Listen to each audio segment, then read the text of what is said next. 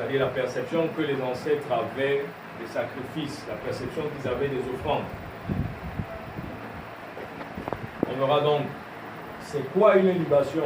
Parce que certains ont l'impression que s'adresser aux ancêtres, c'est uniquement des libations. Il va produire chaud. Guerre étant la terre, nous étant... Il y a quand même des vieux égyptologues dans ça.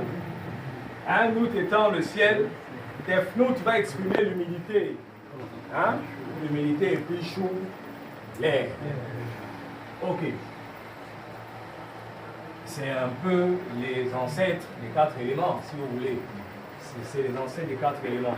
Ça suppose que si Atum vomit ceci, on dit qu'il vomit, on dit qu'il y a plusieurs... Enfin, le mythe, ou les mythes expliquent un peu comment il vomit tout cela de lui, ou alors qu'il, suite à une érection divine, il fait jaillir cette semence qui est donc constituée de tout ceci.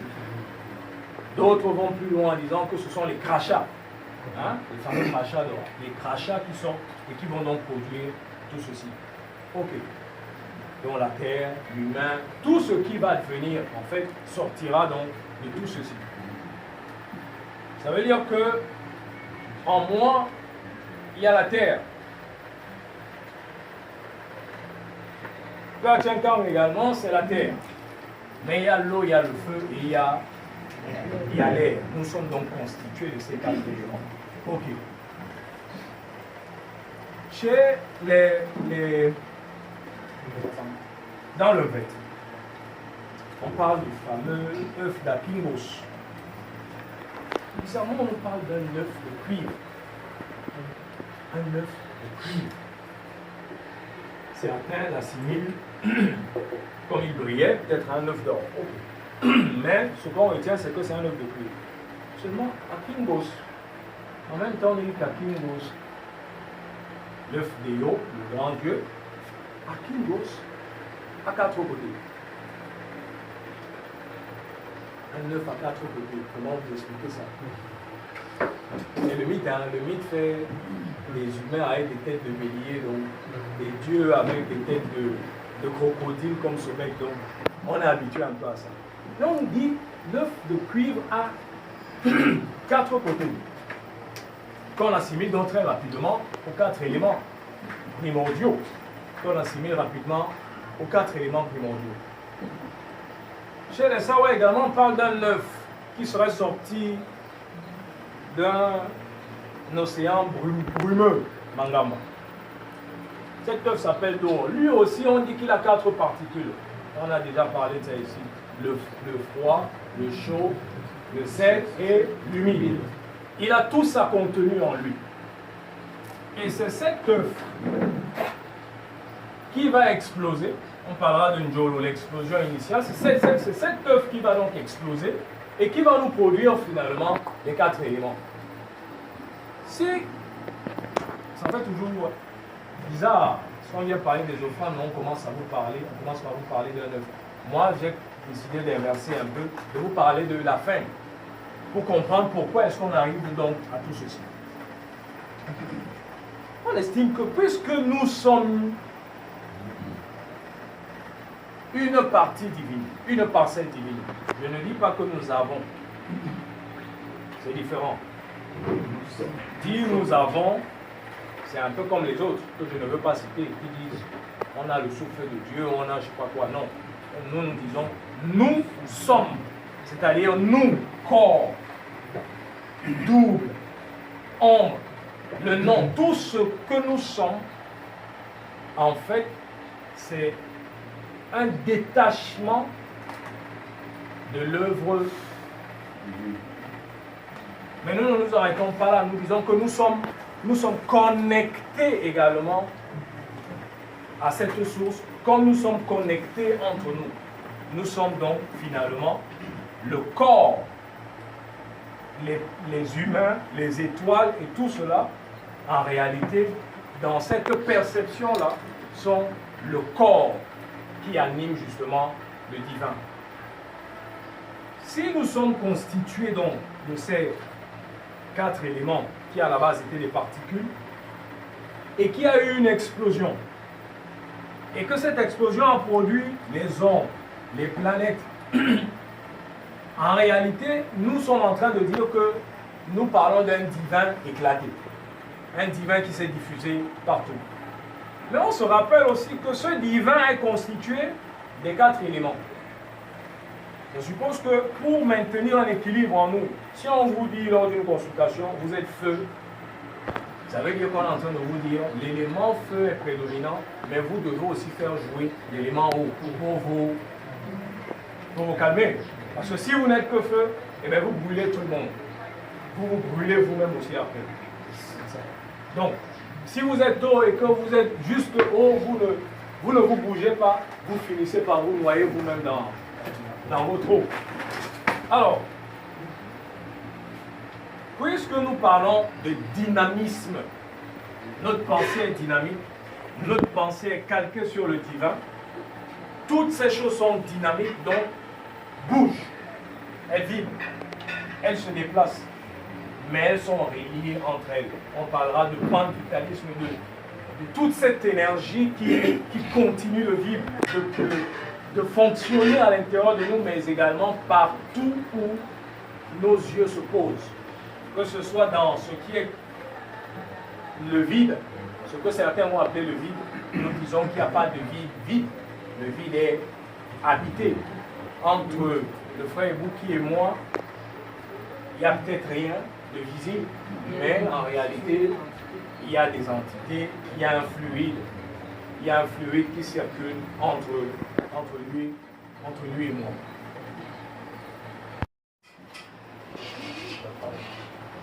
J'ai dit de celui qui est parti, dans le but de ne pas se séparer, c'est-à-dire rester en connexion. Okay. De celui qui est parti. Le négro africain a conçu des rites. Autant à Kemet, en Égypte ancienne, il y a toute une littérature qui existe. Et autant chez les descendants justement de ces anciens de la vallée du Nil, vous voyez toute la technicité, tout le travail ancien qui a été conservé de ce côté-là. Chez nous, nous avons perdu énormément de choses. Énormément de choses. Au point où certains peuples se retrouvent aujourd'hui et ne connaissent même plus les noms des divinités qui il y a un siècle et demi, entouraient, peuplaient leur panthéon. Une fausse tombe. Première piste. Une fausse tombe.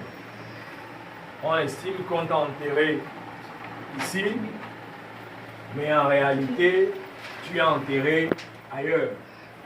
On estime que tu es censé être au point A, mais en réalité, tu es au point B. C'est la même technique qu'utilisent les frères de l'Ouest en récupérant justement le crâne pour l'amener ailleurs. Dans le but, oui. Je peux ajouter quelque chose? Oui, c'est tellement intéressant au cœur. C'est-à-dire que quand un ancêtre était très puissant, les gens guettaient pour voler son corps pour partir avec. C'est pour ça qu'on garde les 3 jours là. Peut-être que vous ne comprenez pas. Quand on enterre, généralement, quand on enterre quelqu'un à l'ouest, on est censé garder la tombe pendant 3 jours. Pourquoi? Parce que ceux qui sont vendus, on vient la nuit à minuit prendre leur âme pour partir avec.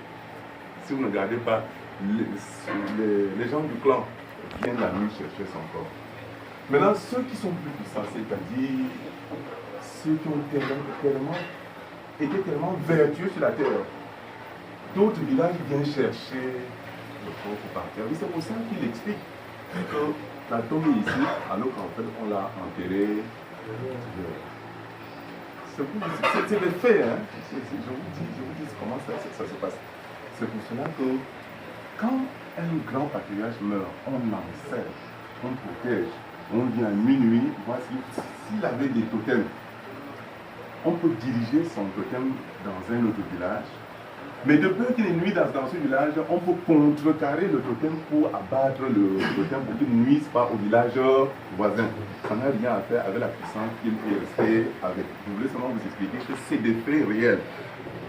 Nous sommes au Niger, moi je suis à l'ouest. Hôtel.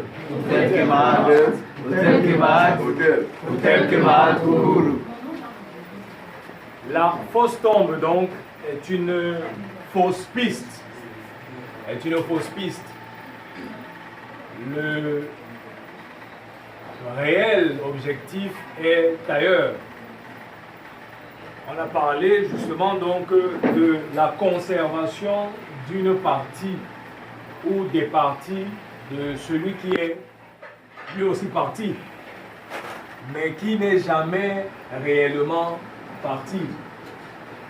Parce que chez nous, cette complexité se déroule à tous les niveaux.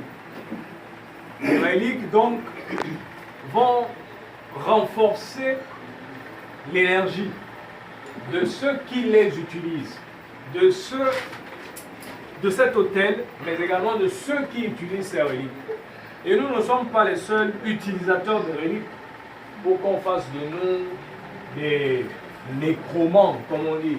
Les nécromants, c'est toute cette magie, entre guillemets, qui utilise justement les restes humains, qui utilise les corps, qui utilise tout ce qui a servi au rite funéraire, les tombes, les cercueils, les ossements et tout. Non, il ne s'agit pas uniquement de ça, parce que si il faille nous accuser d'être des nécromants, le premier nécromant, c'est bel et bien l'Église catholique.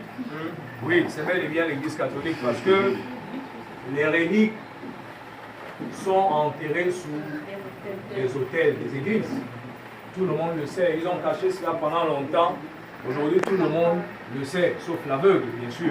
La cathédrale Saint-Pierre et Paul. Lorsque vous entrez à la cathédrale, à votre droite, vous avez des tombes. La tombe, telle qu'elle a été décrite, est un endroit impur. Il faut toujours purifier, il faut même s'en méfier. Il faut fuir. Mais cette tombe-là, je crois qu'il y a 2 ou 3 personnes, des prêtres, qui ont été enterrés à l'intérieur de l'église. Saint-Pierre et Paul, vous pouvez visiter, ils ne vous feront rien. Vous pouvez entrer, vous regardez. Les tombes sont là. Mais pourquoi elles sont là? C'est pour continuer d'entretenir le fluide. C'est pas juste pour... Ils étaient beaux, ils étaient bons, on les a gardés là. Non. C'est pour fluidifier. C'est pour se connecter dans le but de. Parce que ces gens avaient de leur vivant peut-être des pouvoirs. On a besoin de s'en servir après leur mort. On fera d'eux des gardiens qui vont donc protéger l'espace, qui vont protéger l'église. Mais en même temps, il y a d'autres reliques au niveau de l'autel qui peuvent être même un vêtement porté par un soi-disant saint, ou alors un ongle, un poil, une dent. Tous ces éléments en fait qui permettent de se connecter à celui qui est parti. Cette science est la nôtre. Elle existe ailleurs, désormais sous un autre nom. On parle de science des reliques. On parle du culte des reliques. Chez nous, on préfère dire que nous sommes pratiquants d'une sorcellerie de haut niveau. Mais en fait, la relique permet justement de renforcer énergétiquement le lieu, mais également ceux qui viennent communier avec la personne qui est partie. On a parlé de peau de bœuf. On a dit que c'était un périple. Le roi qu'on entoure d'une peau de bœuf fait un périple. On imagine, on dit quoi? Galoper? Le bœuf, il fait quoi? Hein? Il galope aussi. On l'imagine fort, aller d'un point à un autre, costaud.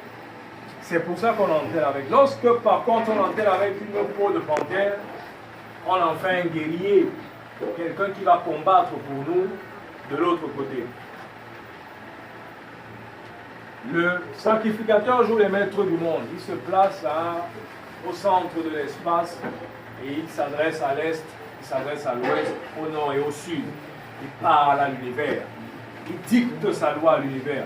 Donc il joue les maîtres du monde.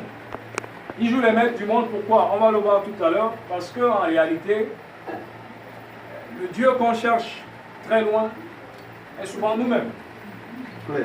Lui qui a maîtrisé les éléments peut donc s'affirmer divin, puisqu'il a la possibilité de faire tomber la pluie. Il a la possibilité de régénérer l'espace de vie. Il provoque la pluie, il provoque la mort. Il est donc le maître du monde. Même si lui aussi après, il partira à l'instant précis où il opère son rite, il est le maître du monde. On va y arriver. Le lait comme étant le premier aliment que nous donnons lorsque nous faisons un nouvel hôtel, lorsque nous construisons un nouvel hôtel.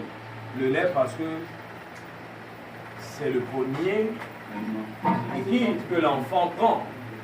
D'où on a dit l'hôtel tête le lait. Oui, ça fait rire. Mais c'est ça que nous exprimons en réalité. Le lait qui donne les premières forces. Avant qu'on lui donne le sang, on va d'abord donner du lait. Ce n'est pas juste un symbole. Il y a des valeurs derrière le lait, comme il y a des valeurs derrière le sang. La force vitale en circulation. On imagine qu'elle part de Père Tchencha Maman, qu'elle part de moi à la sœur Tchofa. Seulement avant d'arriver à la sœur Tchofa, il peut y avoir un petit blocage et nous la vivifions à cet endroit pour qu'elle passe, elle arrive chez la sœur Tchofa. Arrivée chez la sœur Tchofa, peut-être qu'elle n'était pas prête, elle se retrouve malade. Nous venons désormais vivifier la sœur Tchofa afin de lui donner l'énergie pour que, en fait, elle continue de répandre. Parce que c'est un fluide qui doit circuler. Et c'est ce fluide que le négro africain appelle tout simplement Dieu. Ce n'est pas quelque chose qui est caché quelque part et qui nous traumatise avec une longue barbe blanche. qui nous menace. Le lait est un très grand aliment prisé par les gens de l'eau, la mer. Oui. Ou aller à l'eau pour demander de vraies choses à l'eau pour utiliser le lait. On donne du lait. Force vitale en circulation, oui. Entretien annuel, le cas du Ngwon, le cas du Ngondo et du Bo également, de toutes ces fêtes qui sont en fait calquées sur un modèle osirien ancien qui, chaque année, donc, on va célébrer, on va communier, on va s'approprier des forces dans le but de recommencer un nouveau cycle. Et vous entendrez les messages. Cette année, il y aura beaucoup de récoltes. Cette année, les anciens, les ancêtres, ou les génies, ou les divinités annoncent qu'il y aura beaucoup d'enfants, ainsi de suite. C'est ce type de rite. Et on l'a dit tout à l'heure, c'est lié à des alliances sacrificielles. Ça veut dire qu'avant, des gens performaient ces rites, et nous ne faisons que continuer. Parce que si nous rompons, exactement comme ce qui se passe aujourd'hui, avec beaucoup de gens qui cassent un peu la circulation de ce fluide en n'opérant plus ces rites, qui se retrouvent tout simplement dans les difficultés. Maintenant, on a parlé de celui qui essaye de corriger un peu les travaux de Griol. En fait, oppose l'énergie vitale à l'âme. Quelque chose qui aurait échappé à Marcel Griol. Mais les anciens avaient déjà fait ce distinguo. C'est-à-dire que l'homme n'est pas corps, âme et esprit. Comme certains locodèmes l'ont dit, l'homme est plus complexe que cela. Il y a une force vitale, mais qui est différente de l'âme. Il y a une force vitale qui est différente du souffle. Qui est différente du souffle. C'est très technique. Les anciens, à Kemet, opposaient donc le Ka et le Ba. Deux éléments qui constituent l'humain, c'est-à-dire cette force vitale, cette énergie cosmique qui est en nous, qui est différente de notre âme, qui elle est personnelle. Même si l'énergie cosmique, généralement on dit que le Ba va remonter vers la source, mais le cas il continue d'être là, c'est lui qu'on nourrit en réalité, c'est lui qu'on nourrit. Ces gens essayent de traduire des termes très techniques déjà dans nos langues en français. ce n'était pas évident pour eux. Mais aujourd'hui, on sait qu'il y a une différence justement entre le cas et ce que, par exemple, les Douanes appellent le Mouti ou encore l'édit. Le transfert d'une âme dans une montagne. Ils ont soulevé ça, mais vite fait. C'est-à-dire, en fait, ils émettaient une hypothèse. C'est-à-dire que le Négro africain avait la capacité de décider que Père Tchenkam étant très fort, ayant fait de grandes choses, ayant été une montagne de son vivant, et bien Père Tchenkam n'ira nulle part. Nous allons garder Père Tchenkam dans la montagne. En servant la montagne, en nourrissant la montagne, en réalité, nous nourrissons Père Tchenkam. Nous multiplions donc l'énergie contenue dans la montagne. En fait, nous additionnons l'énergie contenue dans la montagne à celle de Père Tchenkam. Et on arrive donc à des exploits qui font que la montagne va nous apporter ceci, la montagne va nous apporter cela. Et puis au bout d'un siècle, 2 siècles, 3 siècles, on parlera du Dieu de la montagne en parlant de Père Tchenkam. Mais on sait en fait que la notion, puisqu'elle existe chez nous, d'ancêtre divinisé. C'est-à-dire que parce que vous aviez fait de bonnes choses, de grandes choses, que vous soyez passé du cas du mort à l'ancêtre, au grand ancêtre, à l'ancêtre divinisé. Vous côtoyez désormais les divinités. On vous offre un culte à part. N'est pas montagne qui veut. Hein? N'est pas montagne qui veut. On précise qu'en agriculture, sacrifice différent de meurtre. Sacrifice différent de meurtre. Tout à l'heure, on a dit qu'on soufflait à l'oreille de l'animal. On le flatte même. On l'élève. Ô toi qui nourris les humains, puisses-tu de ton sang guérir tel ou accomplir ceci ou cela. On l'élève. On l'élève. On lui donne une place spéciale. Ne te fâche pas. Tu as accompli une noble cause que de sauver l'humain. Voilà. Certains te mangent, mais nous on a décidé de faire de toi un carburant qui guérit. Oui, je confirme, hein. Hôtel. Vous allez voir que les musulmans ont des sacrificateurs dans les abattoirs. Toujours. Ce n'est pas le bissim là, Rahman et Rahim qui le récite là. C'est en fait, c'est pour dire que ce n'est pas un meurtre que nous sommes en train de commettre. Nous demandons cette chair pour nourrir la population avec un rituel. Quand vous entendez bissim là, Rahman et Rahim, ce n'est pas seulement cela. C'est pour cela que nous-mêmes, quand nous faisons des sacrifices, nous parlons avant de passer à l'acte, pour que ce ne soit pas un meurtre. Parce que si tu tues la fourmi dans l'intention d'ôter la vie à la fourmi pour rien, tu as apporté. Dis la fourmi, il faut un rituel pour lui passer cela. C'est-à-dire, je vous donne un exemple.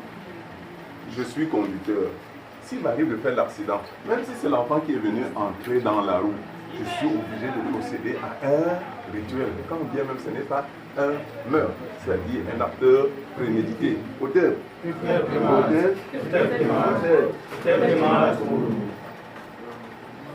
Ok. Le fameux Bismillah Rahman Rahim, qu'on a beaucoup récité il y a fort longtemps. Oui, parce que nous ne voulons pas porter la charge négative. Hein? Mais l'autre versant, c'est que toutes ces bêtes en fait sont sacrifiées au nom d'une divinité qui n'est pas une divinité chez nous, tout simplement. C'est-à-dire que la viande de bœuf que nous mangeons tous les jours, qui vient de l'abattoir de Bourindale, toute cette viande, tous ces bœufs sont en fait sacrifiés à la gloire d'une divinité dont je tairai le nom. Donc, alors on va plus loin. Il y a 2 ans, j'expliquais aux frères Kouan que nous clashons avec le divin. Puisque nous sommes divins, nous nous comportons d'égal à égal. Il arrive que nous clashons avec le divin. Et dans nos mythes, chez les petits, on a bien chassé Zamba du village. On a dit, hey, on est fatigué de toi. Tu ne nous produis que des malheurs, on l'a chassé. Le mythe le dit. Chez les Sawa, Dieu qui dit bien, tu tournes dans le ciel, moi je tourne sur terre. Hein? Comme pour dire qu'il n'y a rien d'absolu. Il n'y a rien d'absolu. Nous ne sommes pas sous le prisme de... Nous n'avons pas cette vision théocratique de la chose où le divin impose à l'humain quelque chose de manière obligatoire. Hein? Tu ne fais pas ça, on va te tuer. Non, il ne s'agit pas de ça. Puisque nous tuons aussi le divin. Nous tuons aussi le divin. Ça peut sembler compliqué, hein? Mais il s'agit bien de ça. On dit ici, lutter contre Dieu. Je reprends l'exemple de la pluie. Quand vous envoyez la pluie à Djebalé pendant qu'elle veut tomber à Bali, vous faites quoi? Vous luttez contre Dieu. Puisque vous avez conçu Dieu comme étant la nature, comme étant une divinité éclatée, comme étant partout. Donc la pluie, en fait, c'est une œuvre divine, appelons-la comme ça. Mais vous, l'humain que vous êtes, vous dites non, moi j'ai une fête chez moi, j'ai ceci chez moi, je ne veux pas de ta pluie. Et je fais les rites pour que le nuage se déplace, qu'il aille ailleurs. C'est de ça qu'on parle, lutter contre Dieu. Et eux, ils vont plus loin parce qu'ils estiment qu'ils peuvent retenir une œuvre et l'emprisonner justement dans une statue, dans un autel, pour en faire un objet de culte. Si ce n'est pas lutter contre Dieu, c'est lutter contre qui? Si vous avez accepté que Dieu c'est la nature, bien sûr, c'est pas un barbu assis quelque part. Fixation justement du double sur ou dans l'autel. On est allé, on vous a fait un superbe enterrement, les obsèques étaient bien, un beau costume, une belle cravate. Seulement Ebou qui dit non, ça ne va pas se passer comme ça. Tu es un criminel. Tu ne parles pas. On va tout faire pour t'emprisonner quelque part. Parce que tu n'étais pas quelqu'un de bien. Comme on a vu ici que chez les petits anciens, lorsqu'on ne voulait justement pas que le criminel revienne, on l'enterrait par exemple face contre terre. On prenait des tessons de bouteilles, des clous, tout ce qui est piquant, on jetait à l'intérieur. Et les paroles étaient venimeuses. Toi qui parles, on ne veut plus de toi, ne reviens plus jamais dans ce village. Que ce soit sous la forme d'un enfant, que ce soit pour errer, on ne veut plus de toi. Toutes ces choses qui, en temps normal, semblent être du ressort de Dieu. Hein? Mais l'humain, parce que l'humain, se considérant comme divin lui-même, décide donc comme le fameux maître du monde, de. La fixation donc du double sur et dans l'autel. Mais pour comprendre en réalité comment on fait pour arriver à toute cette technique, à tous ces échanges de vibrations, tous ces échanges vibratoires, il faut remonter dans nos cosmogonies. Il faut faire un tour dans les contes initiatiques, dans nos légendes anciennes, pour comprendre en réalité pourquoi est-ce que nous nous comportons comme ça et comment est-ce qu'on est arrivé à diffuser cet enseignement-là chez les autres peuples, même s'il a pris des tournures de révélation. Hein? Désormais, ils nous vendent ça comme étant une révélation. Alors, si on remonte plus loin dans le temps, parce que maintenant on va parler de l'origine, on a parlé des techniques et tout. L'origine, en fait, c'est parce que l'humain considère, l'humain de l'Hébreu africain, bien sûr, le Kamite, considère qu'il y a une source de départ. Il y a un plan de départ. Il y a un point qui va engendrer d'autres points. L'énergie se diffuse à travers des points, comme disait quelqu'un. Et lorsqu'Atum, ce vieux dieu négro-égyptien, sort du Noun, il va produire, si on le prend sur le plan énergétique, donc il va produire 4 types d'énergie. Appelons ça comme ça.